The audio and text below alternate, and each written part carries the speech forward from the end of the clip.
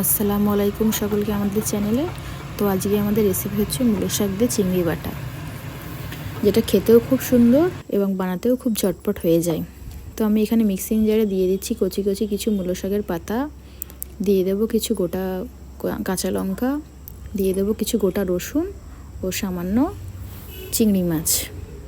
এবার আমি এটাকে পেস্ট করে নেব। তো আমি আপনাদের পেস্টটা দেখালাম না। এখানে আমি গ্যাস অন করে নিয়ে আমি ফ্রাইং প্যান বসিয়ে দিয়েছি, দিয়ে দেব সামান্য তেল,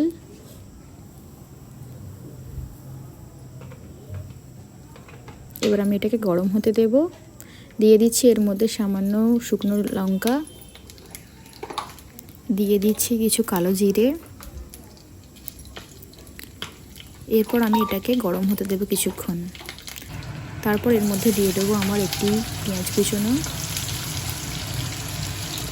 এবার আমি এটাকে লাল হতে দেব। ঠিক এইরকম লাল হয়ে গেলে আপনারা পেস্টের মধ্যে দিয়ে দেবেন।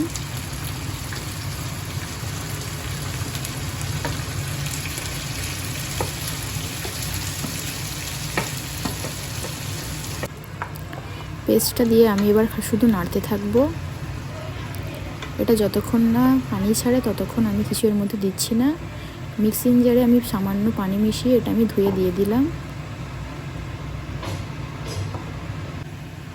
এরপর দিয়ে দেব সামান্য লবণ ও সামান্য হলুদ গুঁড়ো।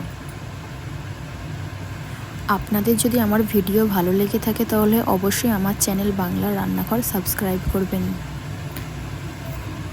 অনেকেই অনেক রকমের শাক পাতা ভাজা খেয়েছেন আমার মনে হয়, একবার বাড়িতে এটা ট্রাই করুন, অবশ্যই আপনাদের ভালো লাগবে। দেখুন শাক থেকে পুরো পানিটা ছেড়ে দিয়েছে, এটাকে শুধু ভাজতে হবে আপনাদের এইভাবে, কোনো রকম না জটা পেকে থাকে, ঠিক এই রকম। খুবই অল্প সময়ের মধ্যে এটা তৈরি হয়ে যায়। আপনারা অবশ্যই বাড়িতে ট্রাই করবেন। Thank you.